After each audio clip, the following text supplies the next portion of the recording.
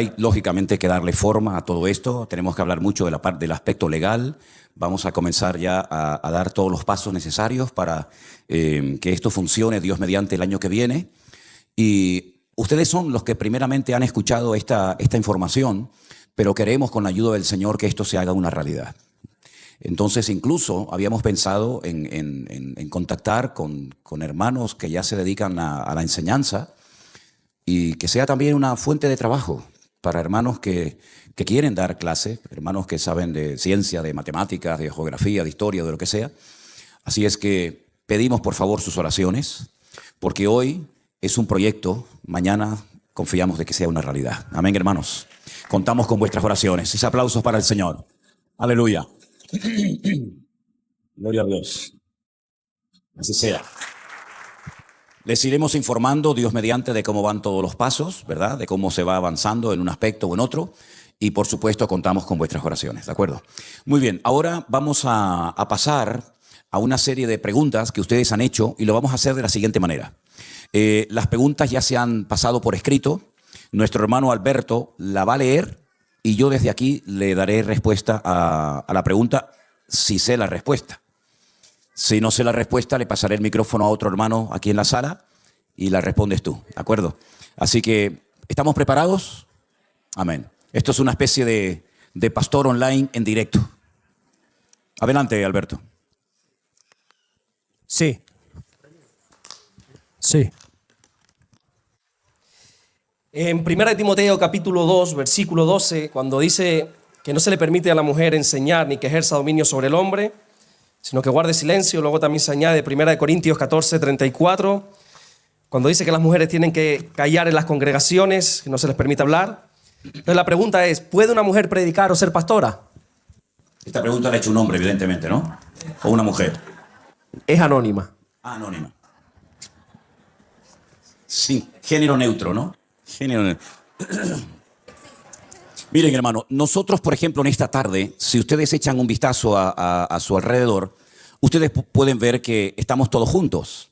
Hombres, mujeres, incluso niños, jóvenes, ¿verdad?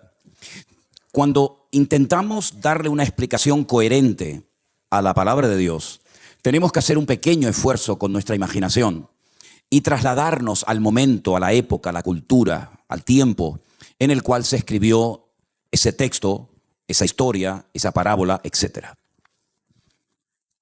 Cuando el apóstol Pablo, que fue el instrumento que el Señor utilizó fundamentalmente para extender el evangelio a otras naciones y llevarlo a otras culturas, él generalmente, salvo alguna excepción, como por ejemplo en Filipo, solía entrar primeramente a la sinagoga, porque ya era una base, ya era un lugar donde había escrituras, había un conocimiento de Dios, y utilizando la sinagoga como plataforma, allí arrancaba explicando las profecías que ya se habían cumplido en la figura de Cristo, y había momentos en los que los expulsaban y había momentos en los que de la sinagoga salían personas interesadas por aquella enseñanza, y ahí arrancaba la iglesia.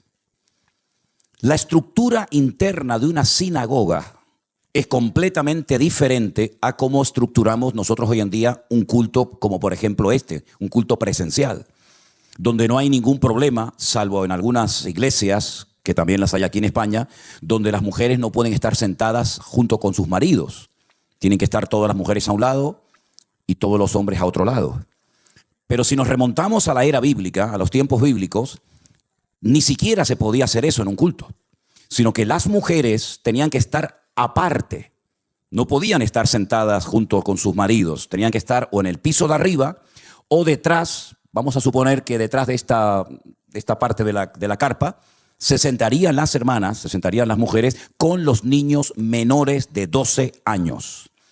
Los niños varones, a partir de los 12 años, hacían y suelen hacer hoy en día una ceremonia religiosa que se conoce con el nombre de Bar Mitzvah. Bar Mitzvah literalmente significa el hijo del mandamiento. Es una ceremonia en la que se reconoce que ese niño ya pasa a ser responsable de sus actos ante la ley religiosa y ante la ley civil. Y ya puede formar parte del culto junto con su papá. En aquellos días, cuando el apóstol Pablo predicaba el evangelio, no había locales de culto, ni templos, ni iglesias como las entendemos nosotros hoy en día, sino que se seguía con la estructura interna de lo que era la sinagoga, que era lo que ellos conocían, estaban más familiarizados. Bien, no había evidentemente equipos de megafonía ni nada de esto. Cuando el apóstol Pablo dice, si las mujeres tienen algo que preguntar, pregunten a sus maridos en casa. Ustedes solamente háganse a la idea de que yo estoy aquí, a lo mejor sin una buena voz, sin un buen equipo de sonido. Estoy hablando de las mujeres que están a 15, 20 o más metros de distancia. Tal vez no escuchaban la explicación tremendamente interesante que en ese momento el apóstol Pablo, cualquier otro, estaba dando, y comenzaban desde las partes donde ellas estaban a hacer preguntas a sus maridos les respondían, y se creaba una especie de caos, una especie de desorden dentro de la reunión. Por lo tanto, ese texto hay que interpretarlo dentro de la estructura interna de lo que llamaríamos hoy en día iglesia o lugar de culto. Entonces Pablo dice, bueno, hay cosas que quieren preguntar, no hay ningún problema en que pregunten, pero no en el salón público, porque no es el lugar ni el momento. Sin embargo, hoy en día sería una tontería decir eso. ¿Por qué? Porque tú como mujer estás al lado de tu marido ahora mismo, te acercas a su oído, le haces una pregunta y nadie se ha enterado, como por ejemplo esta hermana que le acaba de dar un beso a su marido. Me parece muy bien. Pero si usted estuviera ahora mismo allí, ni el beso ni la pregunta la podría hacer. ¿Se da cuenta? Entonces, Pablo lo que intenta es captar la atención de la congregación para que no haya nada que distraiga la exposición de la palabra. Eso por una parte. Por otra parte, en cuanto al tema de mujeres pastoras, no hay en la Biblia mujeres pastoras. No existen mujeres pastoras. No hay ni un texto bíblico que podamos, digamos, presentar y decir, bueno, pues también en los tiempos de la Biblia había mujeres que eran pastoras. Ya sé que algunos a lo mejor estarán pensando y diciendo, pero yo conozco mujeres pastoras. Y yo le respondo a usted, y yo conozco más que usted.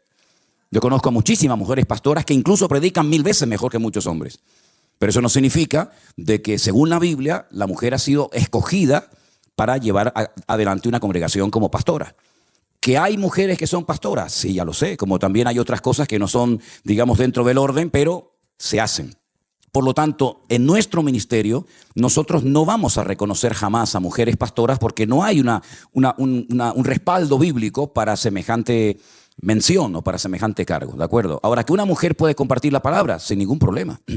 Una mujer puede compartir, una mujer puede dar una enseñanza. Generalmente, las hermanas, a veces mujeres de pastores, etcétera, suelen compartir en las reuniones de damas, como por ejemplo esta tarde habéis tenido una reunión que lo que más me sorprendió es que cuando entré, el local estaba llenísimo de mujeres y yo digo, bueno, si hay tantas mujeres, déjame contar cuántos hombres hay, porque había una barbaridad de mujeres, ¿no? Pero pastoras, no, que pueden compartir la palabra, que pueden en un momento determinado dar cualquier cosa de la escritura. Nosotros no tenemos ningún problema en eso. Ahora, yo respondo en base al ministerio que represento.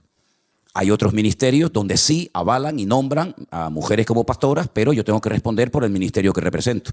Y entonces nosotros en el Centro Evangélico Vida Nueva no reconocemos a pastoras. Y lo que sí decimos es que, por supuesto, una hermana puede compartir una palabra, no hay ningún problema en eso, pero la responsabilidad de lo que es el pastorado de la iglesia, no. No respondo para caer bien, sino respondo para dar una respuesta bíblica, y al que no le guste, pues que Dios le bendiga también. Pero es lo que hay. ¿Vale? ¿Ok? Vale. Venga, otra. Bueno, son varias preguntas las que hay aquí. ¿Cómo criar a un niño en un hogar cristiano? Bueno, primeramente habrá que enseñarle a los padres lo que tienen que hacer para poder educar a un niño, ¿no? Muchas veces me doy cuenta que a veces hay como un vacío, ¿no? Tenemos escuela dominical, tenemos reuniones de niños, tenemos campamentos de jóvenes, etcétera. Pero alguien me sugirió hace años, ¿y por qué no hay escuela de padres? Porque hay padres que no saben cómo educar a un niño espiritualmente hablando. Entonces, los responsables de la educación espiritual de los hijos son los padres, no es la escuela dominical, no es la iglesia. La iglesia es un refuerzo en un momento determinado de la enseñanza que se debería estar dando en casa, no solamente a nivel teórico, sino lógicamente también a nivel práctico. Entonces, si un padre está interesado en educar, en formar la vida espiritual de su hijo, lo que tiene que hacer usted es leer mucho la Biblia. Porque leyendo la Biblia usted va a descubrir los principios básicos y elementales que usted tiene que enseñar en la vida de su hijo. Y lógicamente usted mostrarse como botón de muestra, como punto de referencia. Eso de que haz lo que yo te digo y no lo que tú ves, eso no funciona. Ahora bien, en el judaísmo, dentro de la cultura del pueblo de Israel, hasta el día de hoy se produce una especie como de tándem, una especie de equipo entre el papá y la mamá. El papá en el judaísmo es el responsable de transmitir el conocimiento espiritual a sus hijos. Los hijos aprenden en la casa de los religiosos, me refiero, ¿no? No en la casa de los laicos, por muy judíos que sean, ¿no? En la casa los niños aprenden los primeros textos de la Biblia, los primeros capítulos de la Biblia, aprenden a leer y a escribir con la Biblia, y el papá se esfuerza grandemente y dedica muchas horas para transmitir todo el conocimiento del Talmud, de la Totafot, de la Gemara, de todas esas cosas a sus hijos. Y entonces, ¿cuál es el rol? ¿Cuál es el papel de la madre? Transmitir la fe. Ustedes pueden entender ahora el texto de Pablo a Timoteo cuando lo dice: Timoteo, la fe que ahora tienes habitó primeramente en tu abuela Loida, posteriormente en tu madre Eunice, y estoy seguro que en ti también. La palabra madre en hebreo es em. Y cuando usted lee la palabra emuná, que significa fe, aunque es un término polivalente, que se puede traducir de múltiples formas, pero el más conocido es fe, emuná, usted puede ver que las primeras letras, la primera palabra que aparece en emuná, fe, es la palabra mamá. La mamá le transmite a los hijos la fe y el papá el conocimiento. Y entre ambos hacen un equipo extraordinario. Si eso se aplicara hoy en día, nuestros hijos cuando van a las universidades no tendrían por qué separarse de los caminos del Señor.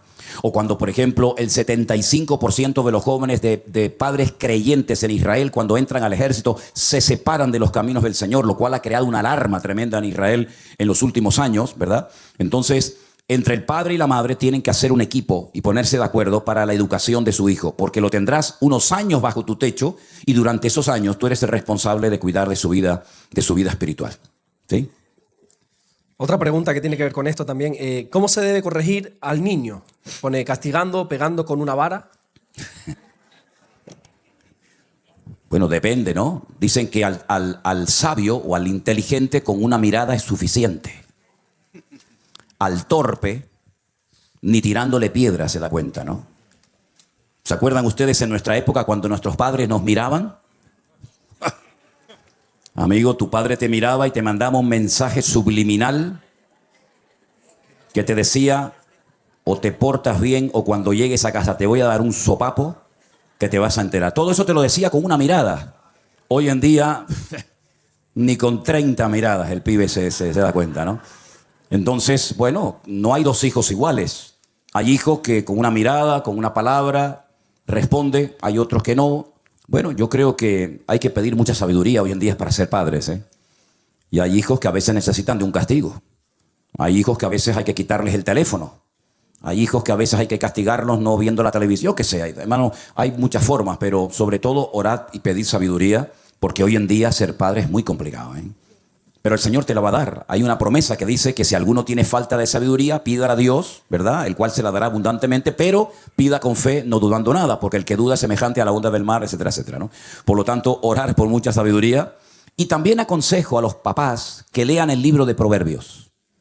Para mí el libro de Proverbios es fundamental para la educación de un hijo hoy en día. Es extraordinario, ¿eh? Así que se lo recomiendo. Bueno, otra pregunta. Aquí pone el nombre, pero para no decirlo. ¿Qué pasa con una mujer no creyente o que está apartada si está embarazada en el momento del rapto? Joder, es que... Hermano Walter, por favor. A ver, repítemelo otra vez, por favor. Es que la pregunta tiene tomate, ¿eh?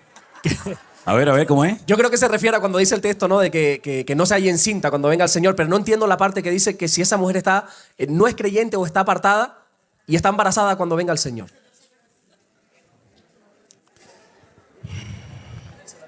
Me está pasando en este momento lo mismo que le pasó a Moisés cuando las hijas de Zelofajad, ¿os acordáis la historia? Las hijas de Zelofajad llegaron a Moisés, y le hicieron una pregunta y Moisés se quedó con la boca abierta diciendo, no tengo ni idea lo que le digo a esta, ¿no? Dice que se fue a orar y el Señor le dio sabiduría para responderle a estas muchachas, las hijas de un tal Zelofajad, ¿no? Yo estoy exactamente igual, no sé si son hijas de Zelofajad, pero si una señora, una hermana se ha apartado de los caminos del Señor, el Señor viene y ella está embarazada, pues oye, ¿qué quieres que te diga? Yo qué sé, pues... le saca el que lleva adentro y ya se queda, ¿no? Honestamente, no. No lo sé, de verdad que no sé. Mira, ¿sabe lo que yo le diría? Mira, escucha, ¿sabe lo que yo le diría a esta hermana o a esta señora? Acérquese y reconcíliese con el Señor, que eso es lo más importante. Eso es lo más importante. ¿O es que está usted en esta tarde, en esta carpa, separada del Señor y también está embarazada? Así que lo primero es reconcíliese con el Señor, venga o no venga hoy el Señor, póngase a cuentas con Dios. Eso es lo importante. Esta pregunta ya te la hicieron hace tiempo en un pastor online. Me acuerdo la respuesta que le dice. ¿Y yo qué sé? Le dijiste. A ver. Esta. No, la del embarazo. ¿Yo qué sé? La del embarazo. ¿A mí qué me dice? Bueno, pregunta típica aquí en los pastor online. El tema del diezmo. Aquí habla de Abraham cuando dice que le dio el diezmo de todo, que no se quedó con nada. Que por qué se dice que el diezmo fue antes de Moisés y Abraham no se quedó con nada. Bueno, es que hay muchas cosas que después se estipularon en la ley y, digamos, se consolidaron como ley, pero hay muchas cosas tremendamente interesantes en la Biblia que se practicaban mucho antes de la ley de Moisés. Por ejemplo, el Shabbat, el día de reposo, el primero que lo practicó fue Adán y Eva. Y la ley no estaba ni escrita.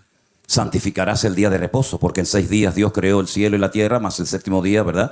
Por lo tanto, sí, es verdad que después en la ley de Moisés, en los que llamamos los 10 mandamientos, se rige, se da unas instrucciones, pero ya el Shabbat existía muchísimo antes de que la ley se estableciera, ¿no? Los diezmos, Abraham le dio los diezmos a Melchizedek, al rey de justicia, rey de Salem, y la ley no estaba todavía escrita, ni sabía. Cuando el Señor le dice por ejemplo, a Noé, coge tantas parejas de animales limpios y tantas parejas de animales no limpios, y ¿dónde estaba la ley? ¿Dónde estaba la información de cuál animal es limpio si hasta siglos más tarde no se escribió la ley? Es decir, había un conocimiento de muchas cosas de Dios que no necesariamente venían por la revelación de la ley escrita, ¿verdad? Había una transmisión oral que perduró durante generaciones. Había una comunión con el Señor que le permitió a José saber que el adulterio o la fornicación era pecado cuando nunca lo había leído en ningún libro escrito de la ley, ¿verdad? Por consiguiente, cuando Abraham le da los diezmos a aquel famoso rey de Salem, que es como un tipo de la figura del Señor Jesucristo, bueno, probablemente en su religión o probablemente su trasfondo cultural, ya los diezmos se le daban a los sacerdotes paganos de la época, y él lo que decidió fue darle el 10% del botín que le había arrebatado a aquellos reyes tremendos, ¿no?, que habían invadido, ¿no? Por consiguiente, el diezmo ya existía antes de que se estipulara en la ley de Moisés. Luego sabemos que el diezmo se convirtió en una ley obligatoria para el pueblo de Israel. ¿Por qué? Porque cuando entran a la tierra prometida, las 12 tribus de Israel, el Señor previamente le había dicho a Josué que distribuyera proporcionalmente todo el territorio conquistado, menos a la tribu de Leví. A los levitas no se les dio tierra. La pregunta es obvia, ¿y de qué iba a vivir esta gente? Si no pueden ser agricultores, si no pueden ser ganaderos, ¿de qué vive esta gente? Dice, del diezmo de las 11 tribus restantes. Así como esta tribu ha sido escogida especialmente para cuidar la vida espiritual de la nación, ustedes cuiden materialmente de la vida de los levitas, ¿verdad? Entonces todas las tribus separaban sus diezmos, aparte de sus ofrendas, etcétera, etcétera, se las llevaban a los levitas a Jerusalén, y allí ellos podían vivir tranquilamente gracias al apoyo del resto del pueblo. La ley del diezmo es una ley muy interesante porque es una ley que a todo el mundo le permite participar según su capacidad económica. Es decir, ¿quién da más? ¿El que da 1000 o el que da 100? Los dos dieron igual. Lo dan en proporción a su nivel, a su estatus económico, ¿verdad? Pero era una ley que simplemente era para el mantenimiento, no para la extensión. ¿Por qué? Porque el judaísmo no tiene pretensiones evangelísticas. El judaísmo no tiene ninguna pretensión de alcanzar el mundo, ¿verdad? Era una ley que mantenía al pueblo. Si una iglesia, trasladando el símil a los tiempos actuales, va a funcionar única y exclusivamente con los diezmos de sus miembros, pues difícilmente podrá ir más allá. ¿Por qué? Porque llegarás hasta donde te permitan tus diezmos o tu economía llegar. Porque la ley del diezmo se dio para mantener la casa de Dios, los siervos de la casa de Dios. Y funciona perfectamente, ¿verdad? En el momento en el que el pueblo de Israel bajaba la guardia y se desconectaba del Señor, los primeros que sufrían evidentemente eran los sacerdotes. Entonces, la ley del diezmo funcionó durante siglos perfectamente, ¿verdad? Pero el Señor en el Nuevo Testamento va mucho más allá del tema del diezmo. Ya ahora todo le pertenece al Señor. Ya no digo, bueno, ya le di a Dios su parte, ahora con el resto hago lo que me da la gana. No, sino que ahora la mentalidad es la de un administrador que pasan por sus manos una serie de recursos materiales, económicos, etcétera, etcétera, y que tienes que administrar sabiamente porque ni desde la A hasta la Z nada te pertenece, sino que simplemente eres un administrador, ¿verdad?, de unos tesoros de unas cosas que el Señor pone en tu mano para la edificación del cuerpo de Cristo y para la extensión del Evangelio, ¿no? Por lo tanto, no hagamos una doctrina del diezmo, porque el diezmo no es una doctrina. El diezmo era simplemente una forma de decirle al pueblo: así es como ustedes tienen que funcionar para que las leyes funcionen, para que venga la lluvia temprana y tardía, que dicho sea de paso es el único país del mundo que le ha puesto un nombre a la lluvia temprana y a la lluvia tardía, y para que no haya abortos en los animales y para que los enemigos no ataquen el país. Si todo guardaba una interrelación extraordinaria. Pero nosotros ya no estamos bajo la ley de Moisés. Nosotros ya estamos en otra ley, que es la ley de la gracia, donde todo le pertenece al Señor, ¿vale? Eso de que, bueno, ya está maldecido porque no da el diezmo, pues hombre, eso es sacar las cosas del tiesto, ¿no? ¿Vale? Otra pregunta dice, ¿está bien cremar a los difuntos? Esa pregunta no sé por qué me la han hecho últimamente, no sé si es que tienen muchas ganas de que le prendan fuego a usted o algo, pero es que me la hacen en todos los lados, me la hacen en todas partes. Y la respuesta, lógicamente, intento que siempre sea la misma. En la Biblia no existe la cremación. No existe la cremación, como tampoco existe la donación de órganos, como tampoco existen las transfusiones de sangre. Entonces, el quemar a una persona en la cultura oriental, en la cultura de los tiempos bíblicos, incluso en la actualidad, era una falta de respeto tremenda. Jamás a un judío, ni a un árabe, se le ocurriría prenderle fuego a su padre, a su madre, a un hijo, a un abuelo, a un primo. Jamás. De hecho, Israel ha entregado 1000 terroristas palestinos por un cadáver de un soldado que murió en la franja de Gaza. 1000 vivos por recuperar un cadáver muerto, para darle una digna sepultura, ¿verdad? Se venera a los muertos, se respeta a los muertos. Se ha puesto de moda de un tiempo a esta parte que, bueno, que ya eso de enterrar, pues no, sino ahora se le prende fuego. Mira, yo te respondo según la Biblia. Eso jamás se le hacía absolutamente a nadie. Eso era una falta de respeto total y absoluta. Ahora, eso ya entra dentro de tu conciencia. Si tú, por ejemplo, quieres que te prendamos fuego, pues yo digo: Alberto, vete, tráeme 5 litros de gasolina y te prendemos fuego allá afuera y que Dios te bendiga, hermano. Si usted quiere que le quemamos o lo comemos, o no, eso ya no. Pero eso ya entra dentro. Pero bíblicamente no te puedo decir que se hacía, porque no se hacía. Ahora, si usted quiere que se lo hagan, pues ya está, se lo hacemos, ¿no? Ahora, le digo sinceramente, yo lo digo porque yo estuve en el funeral de mi padre. Yo fui al día que mi padre falleció, y mi padre había dejado por escrito que quería que lo quemaran. Entonces, cuando ya se despidió la familia, nadie quería entrar a ver aquello, nadie quería entrar. Entonces yo dije, bueno, yo voy. Ellos se quedaron en una sala. Yo entré a un salón que había un calor terrible, terrible. Lo ponen como en una cinta de estas transportadoras, y allí al final hay un horno con una temperatura brutal. Se abre una compuerta y entonces entra la caja. Pero lo que me fijé es que antes de entrar el féretro de mi padre, y yo allí ya me despedí de él, había como una compuerta por donde salía ceniza.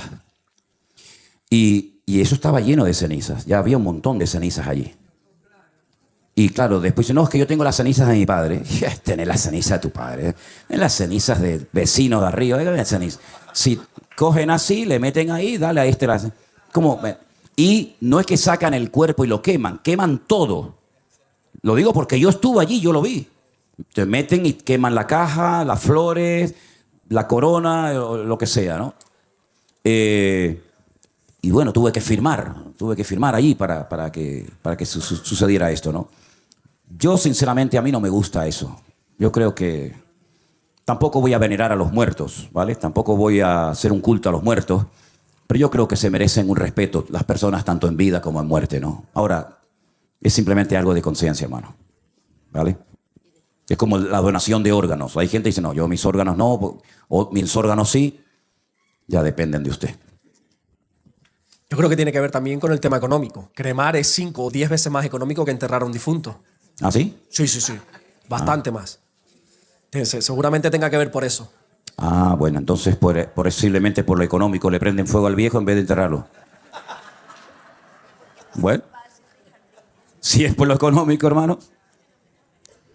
No, iba a decir una tontería, iba a decir, depende a quién quemamos, pero bueno, está bien, déjalo. Sí, sigue, sigue. Gastarme una guita, pero alguien ahí, quémalo y ya. Dale.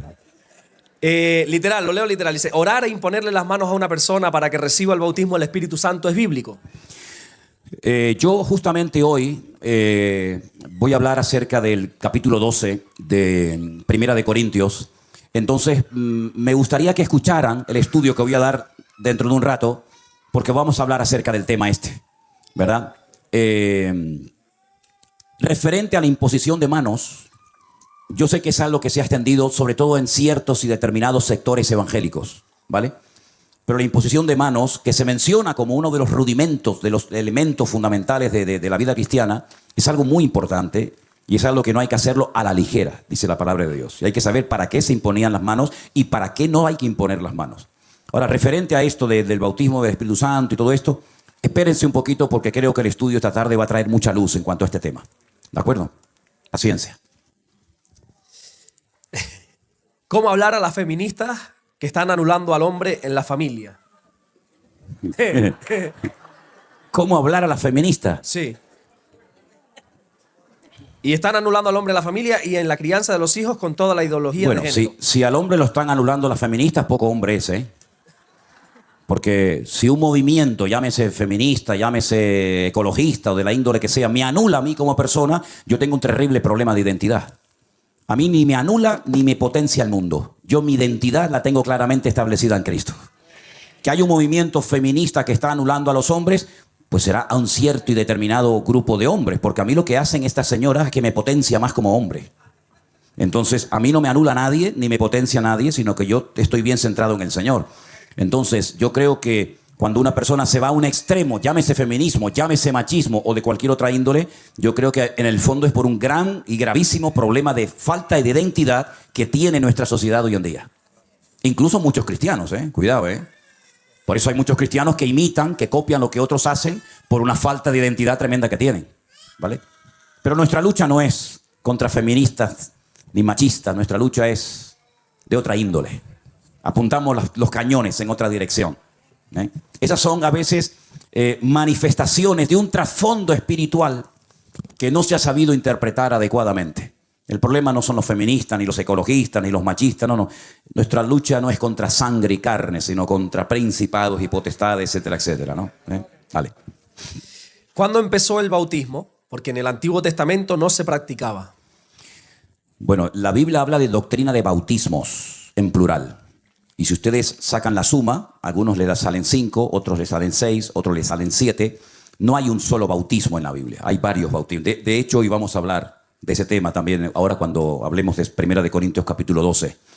En el Antiguo Testamento se practicaba lo que se conoce como mikvé. El mikvé es una pequeña piscina, ¿verdad?, donde la mujer sí o sí se sumergía cuando salía de su periodo menstrual. Por ejemplo, pueden ver un ejemplo en el Antiguo Testamento cuando una mujer llamada Betsabé o Batsheba, la séptima hija, subió a lo alto de su casa, no para exhibirse, como algunos han dicho, sino subió para sumergirse en agua porque la mujer, mientras estaba con su periodo menstrual, no podía dormir en la misma cama ni podía permanecer en la misma habitación con su marido, sino que tenía que dormir aparte. Incluso hay una forma de una mujer judía de mostrarte o decirte sin palabras que está en su periodo de menstruación o de su periodo de impureza. Cuando entras a una sinagoga y ves una serie de cosas, sabes que esa mujer está en ese momento. Y entonces lo que hacían es que se sumergían en agua, porque en la teología o en la cultura judía, todo lo que se sumerge en agua queda automáticamente purificado. ¿Vale? Usted, por ejemplo, no sé, compra una herramienta y no sabe si el que te la ha vendido era judío, no era judío, era gentil, no era gentil. Para salir de dudas, coges el martillo, lo metes en agua y automáticamente está purificado.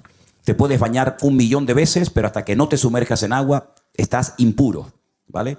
Entonces, lo que se hacía en el Antiguo Testamento, las mujeres, era sumergirse en ese mikvé o piscina, a veces casera, a veces colectiva, ¿verdad?, para salir de su periodo y volver a juntarse con su marido, ¿de acuerdo? Los hombres también lo hacían, lógicamente no para purificarse de este tema, sino que lo hacían como señal de santidad, como señal de purificación delante del Señor. Por ejemplo, en Qumran, que son unas ruinas que existen en el desierto de Judea, a las afueras de Jerusalén, frente al mar Muerto, había una comunidad de la cual se cree que salió Juan el Bautista, ¿verdad?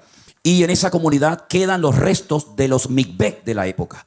Es como una pequeña piscina, más o menos, una altura más o menos así, no te llega más alto que la cintura, y hay una escalera de piedra que bajaba y una escalera de piedras que también subían. Cuentan los manuscritos de Qumran que todas las mañanas estos hombres bajaban, se sumergían y subían por la otra escalera. Y cuando caía el sol por la tarde, volvían otra vez a sumergirse. Y era como una señal de que iban en serio con el Señor, de que se purificaban, de que querían vivir una vida santa y consagrada al Señor.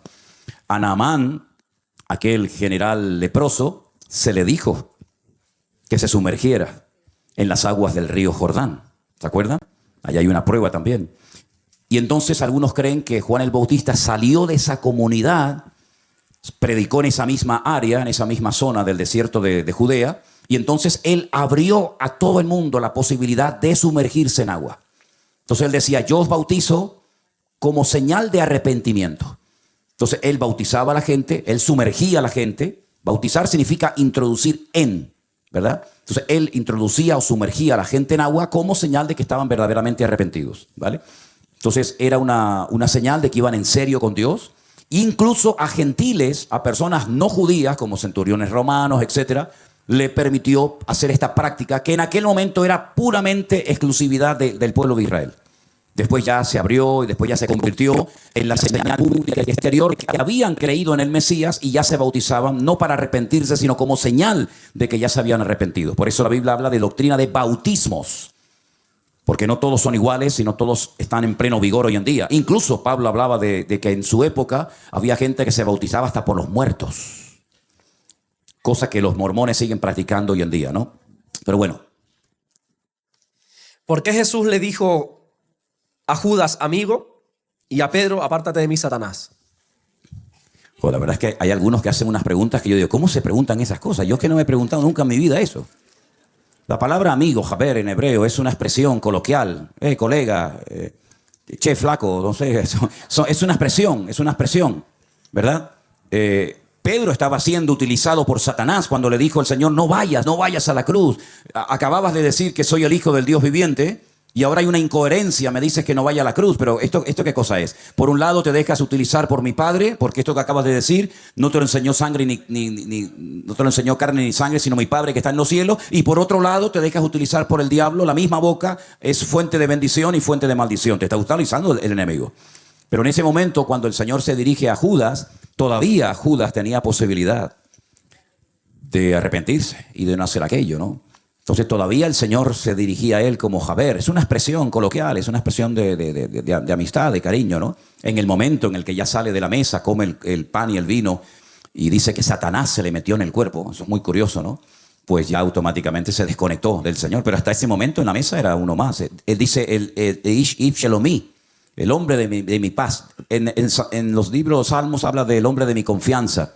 En hebreo es el Ish Shelomi, el hombre de mi paz. Así lo llamaba el Señor a Judas, el hombre de mi paz, hasta que te desconectaste de mí. ¿Sí? Cuando el Señor dice que le vienen a buscar y el Señor dice, ¿quién es mi madre y quiénes son mis hermanos? Sino todo aquel que hace la voluntad de Dios, esa es mi familia. ¿A qué se refiere eso? Pues a lo que dijo. ¿No lo que dijo? Mi madre y mis hermanos son los que hacen la voluntad de Dios. Él no dejó que el aspecto familiar prevaleciera por encima de la responsabilidad ministerial que en ese momento estaba llevando a cabo. Es decir, eso le pasó en Capernaum cuando él está en una casa abarrotada de gente y de repente le llegan y le dicen, tu madre y tus hermanos están fuera. La pregunta es, ¿y por qué no estáis dentro? ¿Por qué os habéis quedado fuera? Entonces cuando le dicen, tu madre y tus hermanos están fuera, sabiendo dónde él está y qué está haciendo, él no va a interrumpir el mensaje ni va a cortar su ministerio porque mamá y sus hermanitos están fuera, sino que él establece la norma de que para mí, mi madre y mis hermanos son todos aquellos que hacen la voluntad de mi Padre. Por lo tanto, no prevalece, digamos, el aspecto familiar por encima del aspecto, digamos, espiritual o religioso, cosa que lamentablemente a veces vemos en algunos individuos de la Biblia cuando reciben el llamado, pero sin embargo le dicen, déjame que primero me despida, déjame que primero entierre a mi padre. Estás poniendo lo familiar primero que el llamado. Y entonces el Señor establece un orden de que lo primero tiene que ser el Señor, ni más ni menos. Hacemos un par de preguntas más. Descansamos unos minutitos y comenzamos la reunión, ¿de acuerdo? Venga. Cuando en 1 Samuel dice que quién le habló a Saúl, si fue Samuel o fue un demonio. Es que Sí. aquí pone el versículo, pero lo acabo de comprobar, está incorrecto. 1 Samuel 28, 19. Eso es cuando Saúl va a consultar a la divina de Endor. Endor es un pueblecito que hay en las montañas de Israel. Entonces él, viendo que el cielo se le ha cerrado, viendo que ya Dios no le habla ni le responde, no se le ocurre otra cosa más que ir a consultar a la divina de un pueblo, una localidad llamada Endor. Bueno, yo le pregunté una vez, curiosamente, le hice esta pregunta una vez a unos rabinos judíos en Israel y ellos me dijeron así. La respuesta de ellos fue la siguiente. ¿Qué dice ahí? ¿Qué dice? Que se le presentó Samuel, ya está, no le des más vueltas, se le presentó Samuel. No, espera, amén, no, espérate, amén, no. Escucha todo. Parece que hay como una incoherencia, ¿no? Si no se puede consultar a los muertos, ¿cómo él consulta a través de una medium? Es una sesión espiritista lo que está sucediendo allí. ¿Puede realmente una espiritista traer a una figura de semejante relevancia como el profeta Samuel? Algunos dicen, no puede ser, eso no puede ser. Otros dicen, ¿no habrá sido una excepción que Dios hizo como última oportunidad para que Saúl se arrepintiera? Bueno, los comentaristas evidentemente en este pasaje no se ponen de acuerdo. Algunos dicen que era como un demonio que se hacía, digamos, pasar por el profeta Samuel. Otros dicen que no, que efectivamente era el profeta Samuel. Hay de todas maneras en ese encuentro, en esa reunión, hay algo muy interesante cuando dice que Samuel le dijo, mañana estarás conmigo aquí. ¿Estarás conmigo dónde? ¿A dónde iba una persona en el Antiguo Testamento cuando moría? ¿Iban todos al mismo sitio? ¿Había una separación entre unos y otros? Uno que se quita la vida, uno que ya ha desechado el Señor, ¿va a ir al mismo sitio del profeta Samuel? ¿Van a compartir el mismo lugar? Entonces hay una serie de cosas que tenemos que ver en su conjunto. Ahora, independientemente de que haya sido Samuel o no, lo que está bien claro es que fue algo que es muy impactante, porque hasta la misma medium o la misma espiritista que estaba allí se quedó sorprendida, ¿no? Cuando le dice, ¿y cómo es el que estás viendo? No, es así, así, así. Uy, se asustó porque dijo, así es el profeta Samuel. Pero cuidado porque los demonios pueden imitar la voz, los demonios pueden imitar la apariencia, los demonios te pueden contar cosas que hicieron tus antepasados porque al fin y al cabo, como estaban en su terreno, los conocen perfectamente. ¿Y cómo sabe esta mujer que mi abuelo tenía el dinero escondido debajo de la mesa? Pues porque tu abuelo fue toda la vida del equipo del diablo y el diablo sabe perfectamente esa información. No es que ella esté adivinando, sino que simplemente ya sabía toda esa trayectoria. El mundo espiritual es tremendamente real. Hay algunos que dicen, bueno, eso no existe, eso son figuras, son películas de Hollywood. No, el mundo espiritual es tremendamente real. Y Pablo llega a decir, ojo, cuidado, que Satanás incluso es capaz de disfrazarse como ángel de luz. Y puede incluso hasta traeros unas revelaciones totalmente opuestas y contrarias a la palabra de Dios. Y a lo largo de la historia ha habido algunos que han tenido encuentros con ángeles de Dios y lo que ha salido de ahí, madre querida, tremendo, ¿no? Por lo tanto, no es un pasaje que nos tiene que quitar el sueño. Si fue o no fue Samuel, a nosotros eso no nos perjudica ni nos beneficia para nada, pero son esos pasajes un tanto, ¿verdad? Un tanto oscuros, un tanto nebulosos que están en el Antiguo Testamento. Ya le preguntaremos cuando estemos en la presencia del Señor. ¿No? ¿Les parece? Podemos esperar un poquito, ¿no? Hasta llegar allí, ¿no? Ok. Venga, la última. Vamos. La gran pregunta, ¿se pierde la salvación? ¿Se pierde o no se pierde la salvación? ¿Usted qué quiere que diga? ¿Que sí o que no? La verdad. Bueno, la verdad para algunos es que no. La verdad para otros es que sí. ¿Verdad? Jamás en mi vida yo me he preocupado por este tema. Les digo con toda honestidad, ¿no? Hay textos donde categóricamente es la respuesta no. No. Y hay otros textos que parece que sí. Yo más que estar preocupado en que si se pierde o no se pierde, lo que sí les puedo decir es lo siguiente. Ocupaos en vuestra salvación con temor y con temblor. Y sé fiel hasta la muerte y yo te daré la corona de la vida. ¿Usted es salvo ahora? ¿Cuántos son salvos? Amén, ya está. El mañana no existe. El pasado tampoco. Lo que existe es ahora. Hoy soy salvo. Mañana, por la mañana, cuando me levante, seguiré siendo salvo. Así es que no se esté preocupando por cosas que no son realmente importantes. Yo me acuerdo que cuando fui a Bolivia, y estuvimos trabajando en Bolivia durante 5 años, dándole de comer y otras muchas cosas a más de 275 niños, todos los días. Uno de los pastores me preguntó a los pocos días de llegar a Bolivia, concretamente a Santa Cruz de la Sierra: pastor, ¿usted cree que la salvación se pierde o no se pierde? Digo, ¿usted cree que yo he recorrido miles de kilómetros para venir aquí a darle de comer a esos niños que están hambrientos en las calles, para venir aquí a discutir de teología? Yo he venido aquí para hacer una obra que ustedes las tenían que haber hecho hace años, y que nosotros venimos aquí para darle educación y una oportunidad de vida a los niños. Y si se pierde o no se pierde, sinceramente yo no estoy aquí para perder el tiempo. No me haga perder el tiempo con estas historias. ¿Usted cree que se pierde? Dios le bendiga. ¿Usted cree que no se pierde? Dios te bendiga. Yo sé a lo que Dios me ha llamado y sé que hoy soy salvo y mañana lo seré. Y mientras yo me mantenga firme en los caminos del Señor, claro, por ahí hay diferentes opiniones, ¿no? Bueno, el que se separa volverá. Bueno, amén. Pero también conozco a algunos que se separaron y nunca volvieron. Ah, entonces que no era salvo. Bueno, tiene que tener usted un conocimiento brutal del Señor para saber quién es salvo y quién no es salvo. Es que hay cosas que entran dentro del terreno de Dios, y yo sé que hoy tengo una seguridad de salvación total y absoluta. Pero este es el único día que yo estoy viviendo. El mañana todavía no ha llegado. Por lo tanto, vamos a ocuparnos en nuestra comunión con el Señor y no nos estemos preocupando, sino ocupando en lo que nos tenemos que ocupar. Amén, hermanos. Fuerte ese aplauso para el Señor. Empezamos. Vamos a comenzar dentro de unos 10 minutos para que tengan tiempo de ir al baño, y vamos a tomar como mínimo un testimonio que me decía Elena que sería muy bueno que escucháramos, y después ya arrancamos el culto. Si alguien tiene que ir al baño, vaya.